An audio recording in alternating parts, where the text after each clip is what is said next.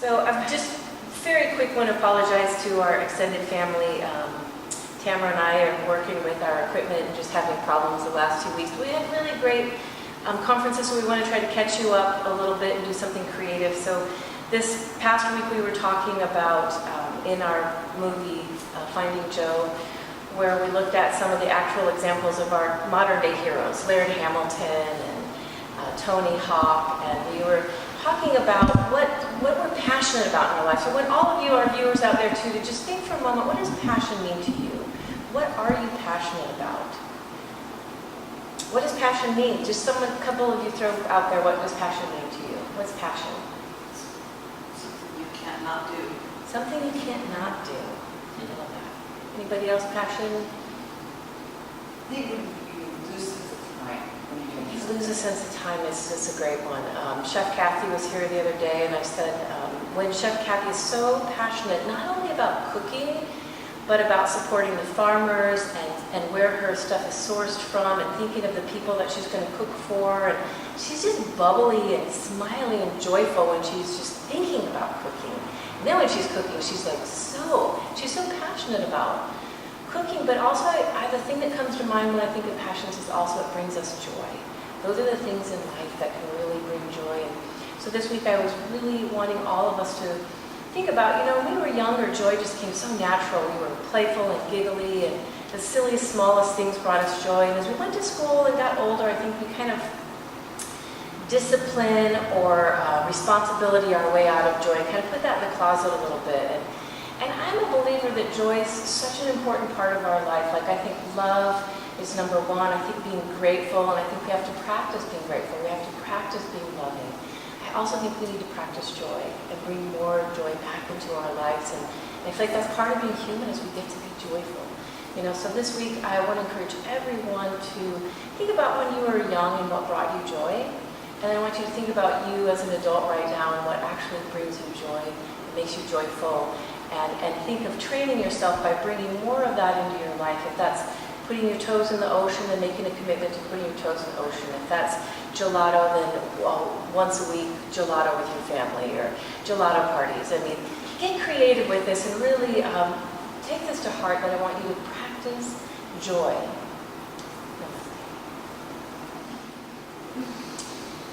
Conference this week is a continuation from last week. So we were talking about passion and joy.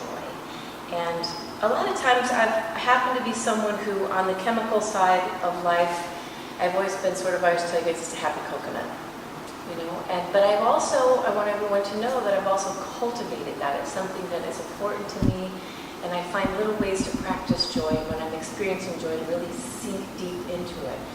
And over the years, sometimes people give me a hard time, believe it or not, and say things like, "Oh, Diane, you can't just see, life through rose-colored glasses, and life's really hard. The political situation is terrible right now. What's happening in the world is terrible, and there's so much suffering." And I say, yes, that is true.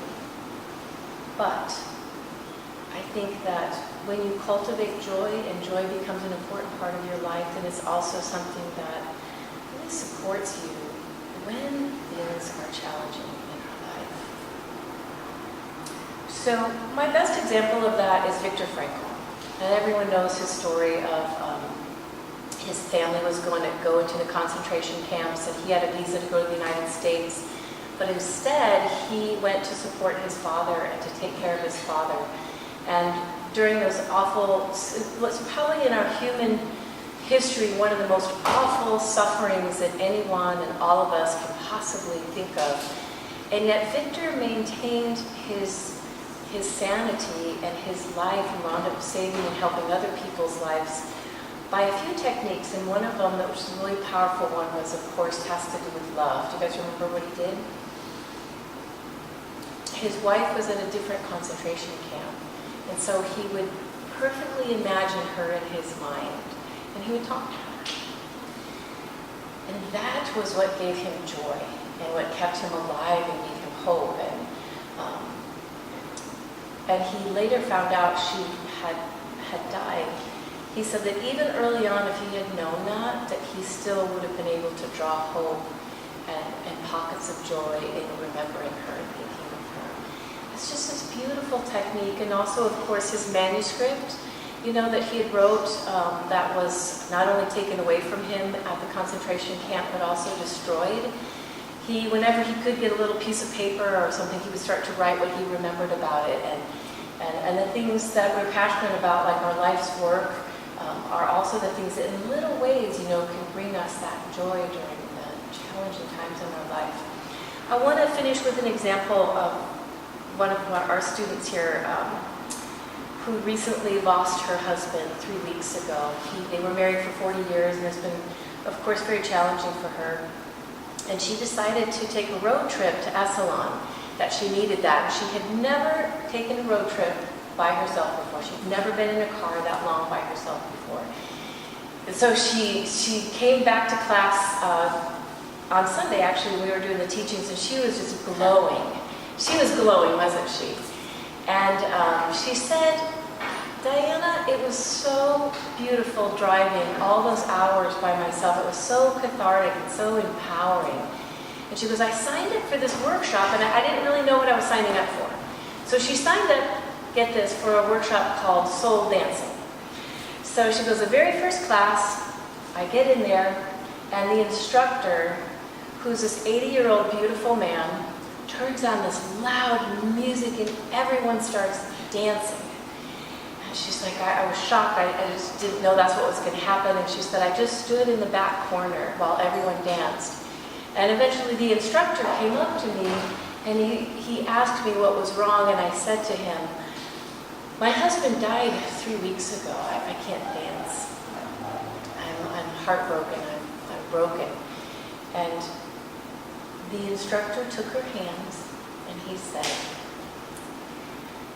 "I want you to put your sorrow and your grief in a bag. And I want you to take that bag, and I want you to put it outside of this door. And I want you to leave it there for just 1 hour. And I want you to invite your husband to come and dance with you." And she said that she danced for an hour. And then she danced for 2 hours. And then she danced for 3 hours. And she has continued to dance and find these pockets of joy. And she was in class on Monday. We normally play some music, and she said, "I love to put on African music and dance." And so we turned on African music, and we all had a wonderful class with our African music. But such a beautiful example to all of us to cultivate joy and find little pockets of joy in the hardest of times in our lives. So I have 3 beautiful quotes by Viktor Frankl. And the first one is kind of the theme, and I think we really have to sit with this one. "Those who have a why to live can bear with almost any how." It did not really matter what we expected from life, but rather what life expected from us. We needed to stop asking about the meaning of life, and instead to think of ourselves as those who were being questioned by life, daily and hourly. Our answer must consist not in talk and meditation, but in right action and in right conduct. Life ultimately means taking the responsibility to find the right answer to its problems and to fulfill the task which is constantly set for each individual. And lastly, life is never made unbearable by circumstances, but only by the lack of meaning or purpose.